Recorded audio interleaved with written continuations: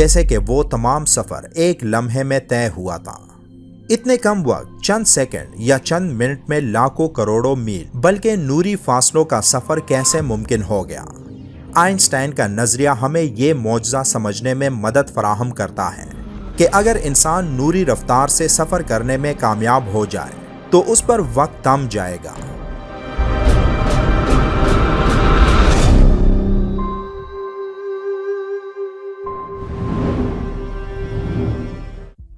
حضرت محمد صلی اللہ علیہ وآلہ وسلم کی زندگی میں ایک ایسا سال بھی آیا جس میں آپ صلی اللہ علیہ وآلہ وسلم پورا سال نہایت غم زدہ رہے۔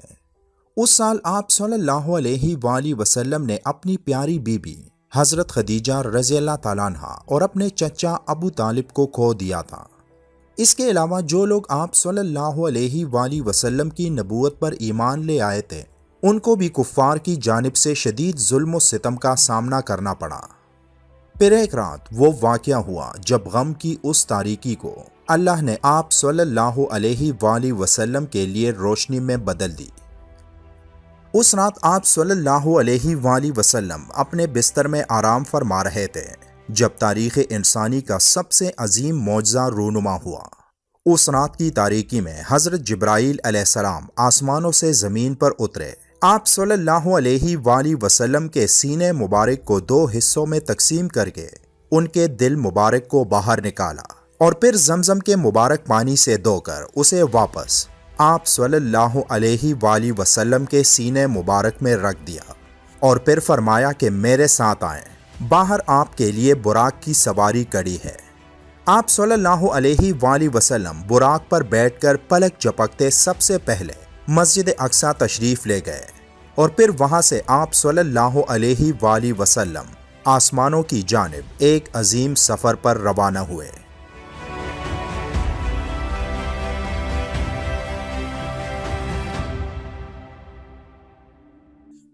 صدیوں سے انسان خلا کی وسعتوں کی کھوج میں مصروف رہا ہے، لیکن خلا میں انسان کی کھوج کی ایک خاص لمٹ ہے جس کے آگے انسان کی کھوج ختم ہو جاتی ہے۔ یہاں تک کہ آج کے جدید ٹیلیسکوپ کی مدد سے بھی انسان اس خلا کے صرف 5% حصے کی کھوج کر چکا ہے، جس 5% میں اربوں ستارے اور کہکشائیں ہیں۔ لیکن اس باقی 95% حصے میں کیا ہے، اس کا ادراک آج تک انسان کے بس کی بات نہیں، جو خلا کی اس پراسراریت میں مزید اضافہ کرتی ہے کہ آخر ان ستاروں سے آگے کیا ہو سکتا ہے۔ مگر اسلام میں ہمیں اس غیر واضح صورتحال کے بارے میں بہت کچھ معلوم پڑتا ہے، کیونکہ اللہ نے ان اسرار کے دروازے ایک رات حضرت محمد صلی اللہ علیہ وآلہ وسلم کے لیے کھول دیے تھے، اور آپ صلی اللہ علیہ وآلہ وسلم نے اس ایک رات میں لاکھوں بلکہ کروڑوں کلومیٹرز کا فاصلہ ایک انتہائی قلیل مدت میں طے کیا۔ اللہ نے ہمیں 7 آسمانوں کے بارے میں بتایا ہے، جس کے پہلے آسمان میں وہ ستارے ہیں جو ہمیں نظر آتے ہیں۔ آپ صلی اللہ علیہ وآلہ وسلم ایک ایک کر کے ان تمام آسمانوں کے دروازے کھولتے گئے اور ہمیں ایسی حیران کن معلومات پہنچائیں جن کا مشاہدہ آپ صلی اللہ علیہ وآلہ وسلم نے اس سفر میں کیا تھا، جس کے بارے میں جاننے کے لیے آپ کو یہ ویڈیو آخر تک دیکھنی چاہیے، کیونکہ اس سفر میں ایک ایسا مقام بھی آیا تھا جس مقام پر حضرت جبرائیل علیہ السلام کو بھی آپ صلی اللہ علیہ وآلہ وسلم کے ساتھ آگے جانے کی اجازت نہیں تھی۔ آپ صلی اللہ علیہ وآلہ وسلم حضرت جبرائیل علیہ السلام کے ہمراہ پہلے آسمان کے دروازے پر پہنچے، جہاں ایک فرشتہ اس دروازے پر کھڑا تھا۔ اس فرشتے نے حضرت جبرائیل علیہ السلام سے کہا کہ آپ کے ساتھ کون ہے؟ تو آپ علیہ السلام نے فرمایا کہ یہ محمد ہے۔ فرشتے نے پھر پوچھا کہ کیا ان کو نبوت مل چکی ہے؟ تو آپ علیہ السلام نے فرمایا کہ ہاں۔ پھر اس فرشتے نے آپ صلی اللہ علیہ وآلہ وسلم کو کہا کہ آپ کے آنے کی اطلاع ہمیں مل چکی ہے، آپ آسمانوں کے اس پہلے دروازے سے داخل ہو سکتے ہیں۔ اس دروازے سے داخل ہو کر آپ صلی اللہ علیہ وآلہ وسلم نے لاتعداد فرشتوں کو دیکھا جو وہاں موجود تھے، جن میں زیادہ تعداد سجدے کی حالت میں تھے۔ یہاں ایک بزرگ ہستی سے ملاقات ہوئی تو حضرت جبرائیل علیہ السلام نے فرمایا کہ یہ نسل انسانی کے بانی ابو البشر حضرت آدم علیہ السلام ہیں۔ ان کے دائیں بائیں جانب بے شمار لوگ تھے، جب دائیں طرف دیکھتے تو مسکراتے اور بائیں جانب نظر پڑتی تو غمگین ہو جاتے۔ آپ صلی اللہ علیہ وآلہ وسلم نے سوالیہ نظروں سے حضرت جبرائیل علیہ السلام کو دیکھا۔ انہوں نے کہا کہ یہ نسل آدم ہے، سیدھی جانب نیک لوگ ہیں اور بائیں جانب برے۔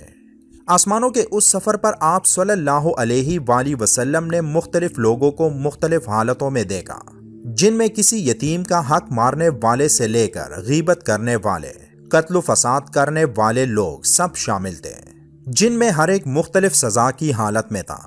مثلا آپ صلی اللہ علیہ وآلہ وسلم نے دیکھا کہ کچھ لوگ اپنے ہونٹوں کو کینچیوں سے کاٹ رہے ہیں۔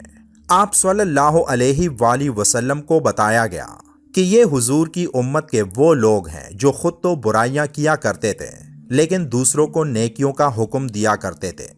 اسی طرح زناکاروں اور سود خوروں کو بھی مبتلا عذاب دکھایا گیا۔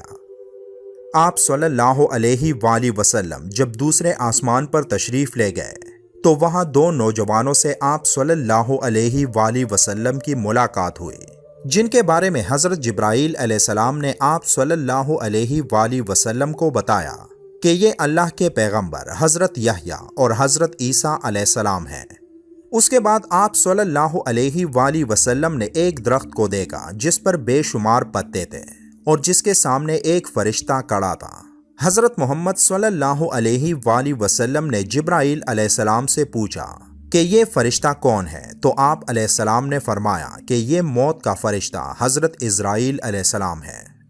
جب دنیا میں ایک انسان پیدا ہوتا ہے تو اس درخت پر ایک نیا پتا نمودار ہوتا ہے، اور جب کسی کی موت ہوتی ہے تو اس درخت سے ایک پتا مرجھا کر گر جاتا ہے۔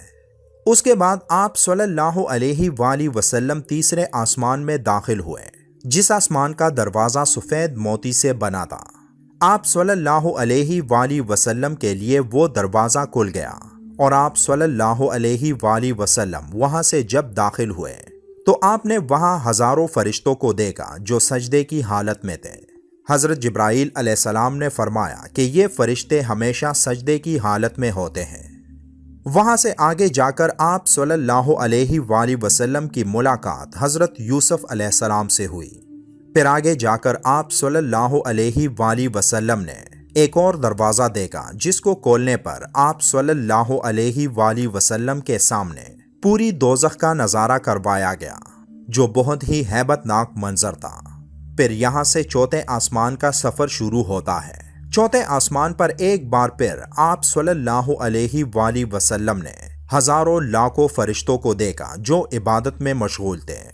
چوتھے آسمان پر حضرت ادریس اور حضرت نوح علیہ السلام نے آپ صلی اللہ علیہ وآلہ وسلم کا استقبال کیا۔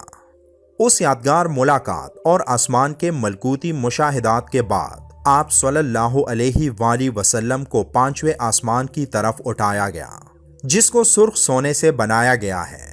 پانچویں آسمان پر تاجدار کائنات صلی اللہ علیہ وآلہ وسلم کی ملاقات حضرت ہارون علیہ السلام سے کروائی گئی، جس کے بعد چھٹے آسمان کا دروازہ آپ صلی اللہ علیہ وآلہ وسلم کے لیے کھولا گیا۔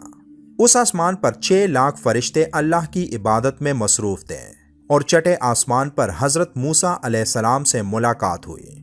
اس ملاقات کے بعد آپ صلی اللہ علیہ وآلہ وسلم 7ویں آسمان کے دروازے سے داخل ہوئے۔ 7ویں آسمان پر آپ نے ان فرشتوں کو دیکھا جو باقی تمام فرشتوں سے بڑے تھے اور جو ایک نامعلوم زبان میں ایک دوسرے سے بات کر رہے تھے، جن باتوں کی سمجھ آپ صلی اللہ علیہ وآلہ وسلم کو نہ ہوئی۔ 7ویں آسمان کے عجائبات ہی کچھ اور تھے۔ زمین پر کعبۃ اللہ کے عین اوپر بیت المعمور فرشتوں کا قبلہ ہے۔ ایک وقت میں 70,000 فرشتے اس کا طواف کر رہے تھے، جو اتنی زیادہ تعداد میں تھے کہ پھر دوبارہ ان کی باری نہیں آتی تھی۔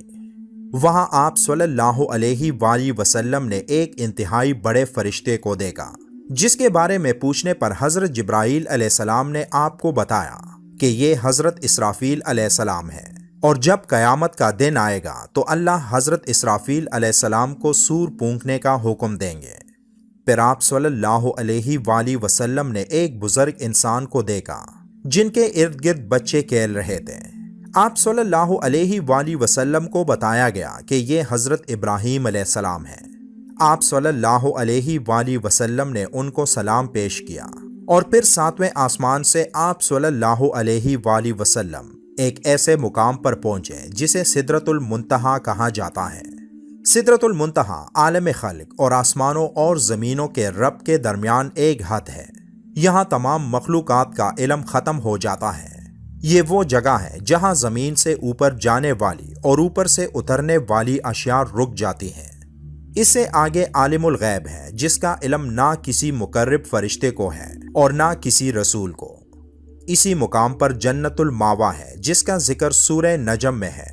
رسول اللہ صلی اللہ علیہ وآلہ وسلم وہاں سے جنت میں داخل ہوئے اور اس میں وہ تمام نعمتیں ہیں جسے کسی آنکھ نے دیکھا نہ کان نے سنا۔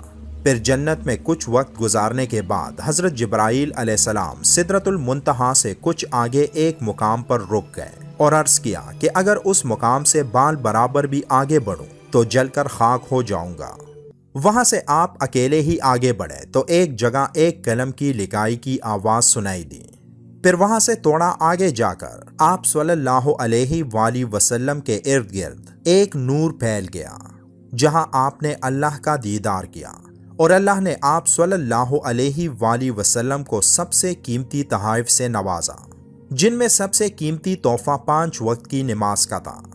یہاں آپ صلی اللہ علیہ وآلہ وسلم کا سفر ختم ہوا اور جب آپ صلی اللہ علیہ وآلہ وسلم کو زمین پر واپس اتارا گیا تو آپ نے اپنے بستر کو اسی طرح محسوس کیا جس طرح آپ اسے چھوڑ کر گئے تھے، جیسے کہ وہ تمام سفر ایک لمحے میں طے ہوا تھا۔ اتنے کم وقت، چند سیکنڈ یا چند منٹ میں لاکھوں کروڑوں میل بلکہ نوری فاصلوں کا سفر کیسے ممکن ہو گیا؟ آئنسٹائن کا نظریہ ہمیں یہ معجزہ سمجھنے میں مدد فراہم کرتا ہے کہ اگر انسان نوری رفتار سے سفر کرنے میں کامیاب ہو جائے تو اس پر وقت تھم جائے گا، اور یہ بات احادیث سے ثابت ہے کہ معراج کے لیے براق کو بھیجا گیا۔ عربی میں براق برق کی جمع ہے اور عربی جمع کا کم از کم اطلاق 3 کے عدد پر ہوتا ہے، لہٰذا اگر زیادہ نہ صحیح براق کو 3 برق ہی مان لیا جائے، اور برق جس کا مطلب روشنی ہے، اور روشنی یا نور کی رفتار 1,86,000 میل فی سیکنڈ بنتی ہے، اور اس کو براق پر قیاس کرتے ہوئے 3 سے ضرب دے دیں تو یہ رفتار 5,58,000 میل فی سیکنڈ بنے گی۔ گویا آپ صلی اللہ علیہ وآلہ وسلم کی سواری کی کم از کم رفتار 5,58,000 میل فی سیکنڈ تھی۔ البرٹ آئنسٹائن کی تھیوری آف ریلیٹیوٹی کی اس تھیوری کو سامنے رکھیں اور احادیث اور واقعات معراج کا سائنسی مطالعہ کریں تو اس جدید نظریے کی بنیاد پر بھی اسلام اور واقعہ معراج کی سچائی واضح ہوتی ہے۔ خاص کر معراج کے اتنے بڑے واقعے میں صرف چند سیکنڈ یا منٹ کیسے لگے؟ رسول اللہ صلی اللہ علیہ وآلہ وسلم کے لیے وقت کیسے تھم گیا تھا؟ اگرچہ یہ معجزہ نبوی ہے اور معجزہ عقل سے محال شے کو کہتے ہیں، لیکن اس کے باوجود کسی حد تک سمجھنے میں آئنسٹائن کی تھیوری بہت اہمیت کی حامل ہے۔ اللہ کی قدرت یا رسول اللہ کا معجزہ کسی قسم کی تھیوری کے پابند و محتاج قطعاً نہیں ہو سکتے۔